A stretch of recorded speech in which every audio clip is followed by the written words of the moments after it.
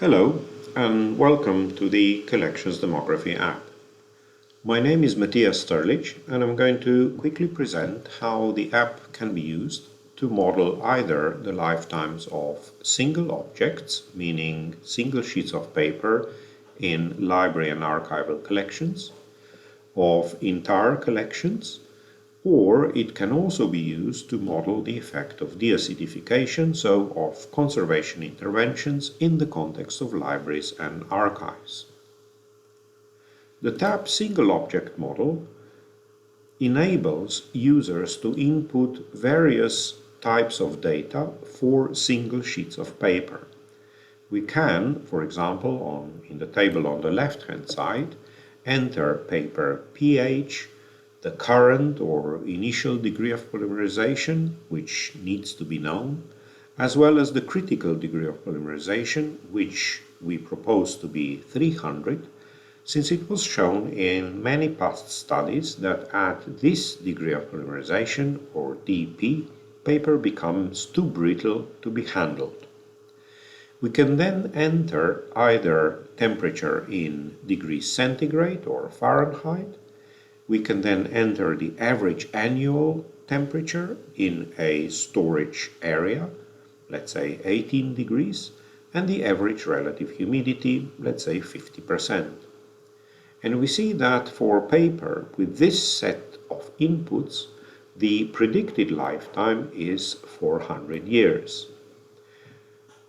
We can now play with the inputs. For example, if we deacidify this paper, meaning that we increase its pH from 5 to 8, the predicted lifetime increases to 2,250 years. This is the lifetime between now and the point in time at which the degree of polymerization of this particular paper will decrease below 300.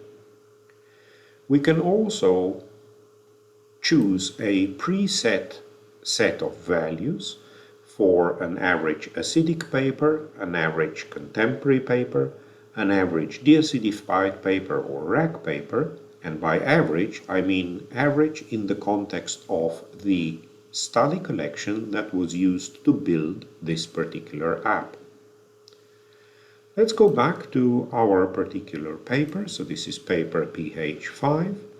So I'll move back to pH approximately 5 and move the temperature back to 18 degrees and see what happens with this paper over a long period of time. In order to study this, we have a set of graphical representations in which we can model the environmental scenarios during the future use or during the future storage of such paper.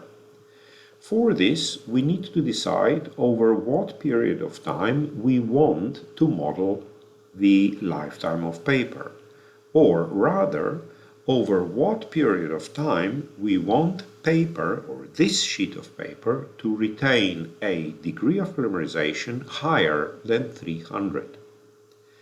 Very typically, this is 500 years, and in the research project Collections Demography, we have determined that 500 years is an acceptable long-term planning horizon for 80% of archival and library users. In some countries, the planning horizon is much shorter. For example, even 100 years has been used for long-term projects.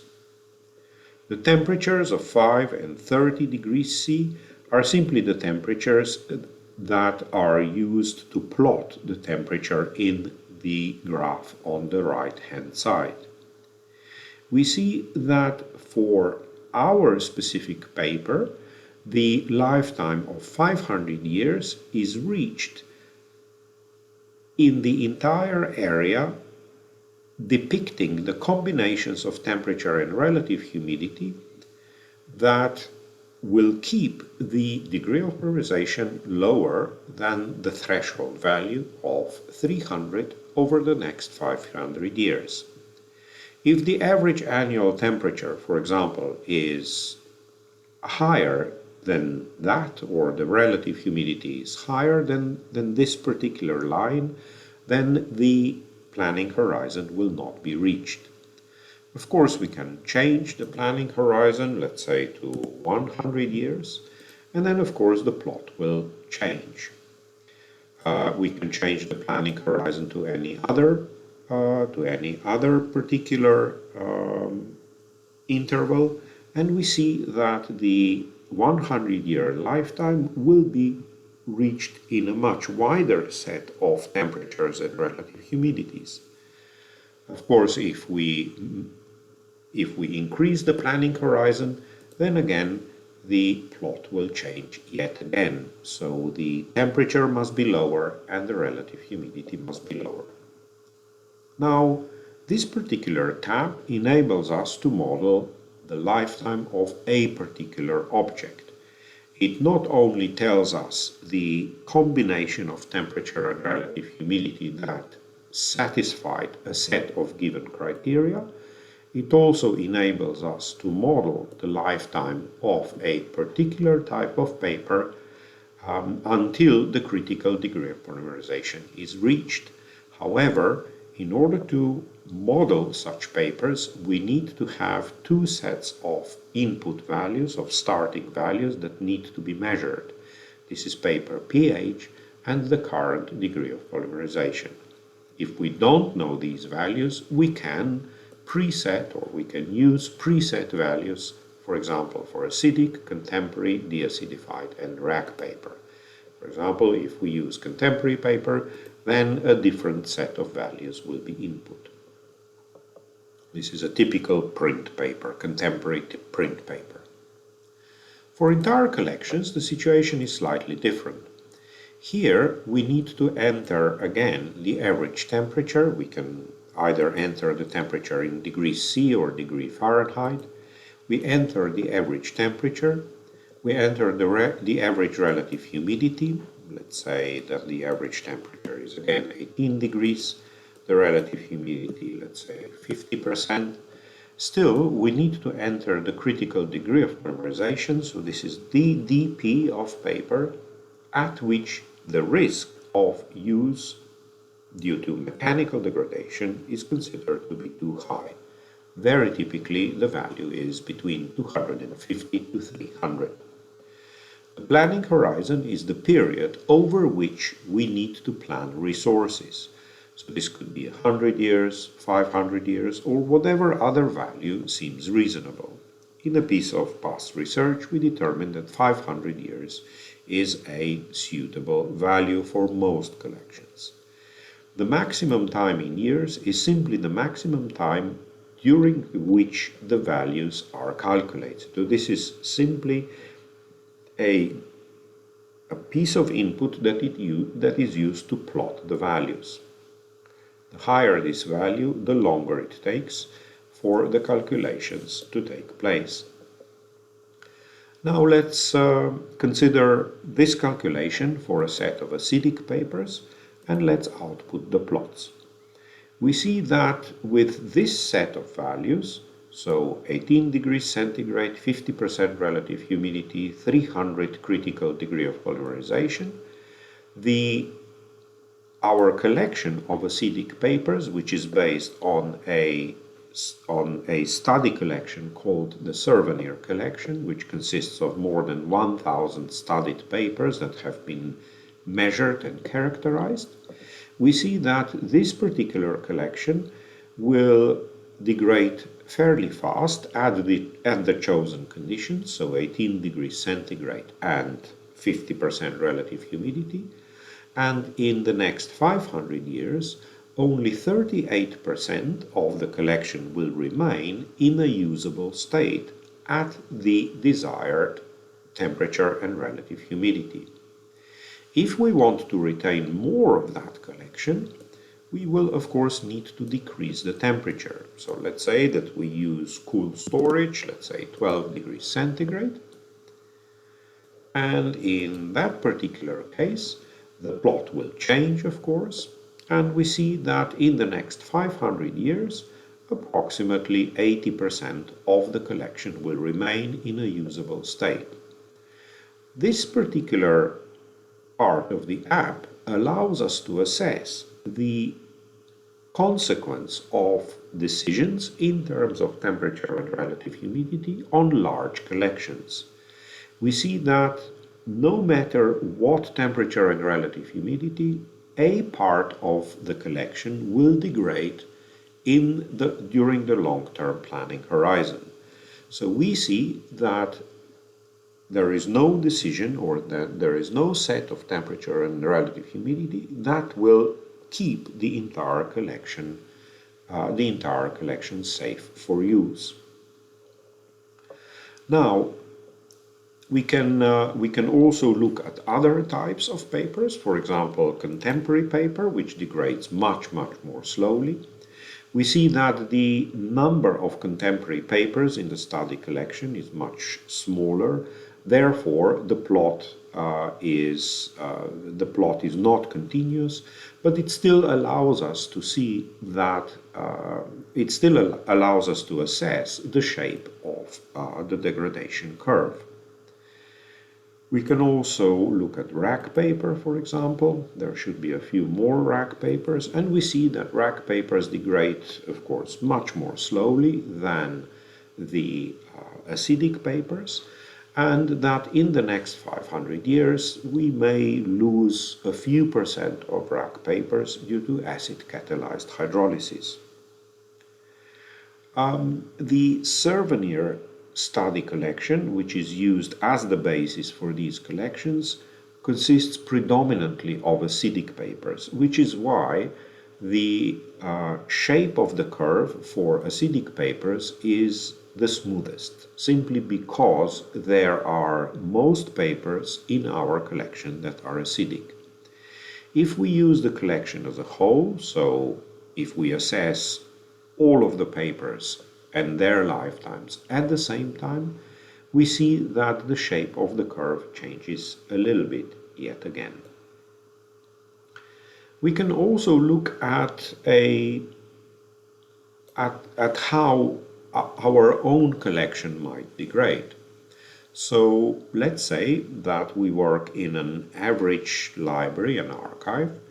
Average libraries and archives, Western libraries and archives, contain about 70% of acidic papers, about 25% of contemporary papers, very few, zero or very few deacidified papers, and perhaps about 5% rack papers. In order to calculate how such a collection might degrade, we need to output the plots, and we'll see that at the given conditions, so still 12 degrees centigrade and 50% relative humidity, the collection will degrade quite slowly. Of course, if we increase the temperature, let's say to 18 degrees and 50% relative humidity, the plot will change. Let's see how the plot changes. And we see that the 70% of acidic papers will degrade in approximately the next 900 to 800 years. And following that, the degradation will proceed very slowly. These are the contemporary and rack papers. And then in the next few thousand years, the rest of the papers will degrade to the point when it becomes too brittle to be used. This particular part of the app, I believe, might be most useful because most users know what their collections consist of. For example, a medieval collection or a collection consisting predominantly of rack papers, let's say 90% rack paper, 10% contemporary paper, and 0% acidic paper, will of course degrade much more slowly. And we see that in the next 500 years, such a collection will retain its usability to approximately 75%. The last part of the app allows us to model the effect of deacidification. This part of the app needs to be developed a little bit further, but I hope that as it is, it already provides you a taste of what it can achieve. Again, we need to enter the average annual temperature, let's say 18 degrees centigrade, the average annual relative humidity, let's say 50%, and again the time over which we want to model the lifetime of our collection. We then need to enter the deacidification parameters. Let's say that the cost per unit of deacidification, so per book or per folder, is 10 euros. And let's say that our budget per year is 100,000 euros. So this is simply to say that in per year we will deacidify 10,000 units. Now, this part of the app was developed in collaboration with the Staatsarchiv Amsterdam, and there are 4 types of collections in the archives, and let's say that we will use the mixed archival collection. Now, this type of calculation will take slightly more time because each year the app calculates the number of deacidified books and it returns a new collection. It calculates a new collection, meaning that the number of books, of deacidified books, will increase each year, and therefore their longevity will be much better. 2 curves are returned. One curve represents the collection that is annually deacidified, and the black line represents the untreated units. Of course, in this particular collection, in the mixed archival collection, 97% of books need to be deacidified at time 0, and we see that in the next 500 years we will deacidify approximately 30 or 28% of the books. So if we want to deacidify all of them, we will of course need to significantly increase the budget. This also shows us how the lifetime of our paper will change as we deacidify the papers, because the units, because we can change the number of deacidified units per year very easily. Now, this app was developed in collaboration between the Heritage Science Laboratory in Ljubljana and UCL Institute for Sustainable Heritage, as well as with advice of colleagues from the Smithsonian Institution's Museum Conservation Institute and the Library of Congress. It was developed on the basis of the Collections Demography project funded by the UK AHRC EAPSRC Science and Heritage Programme, and on the basis of models developed in the European project Souvenir. Thank you very much.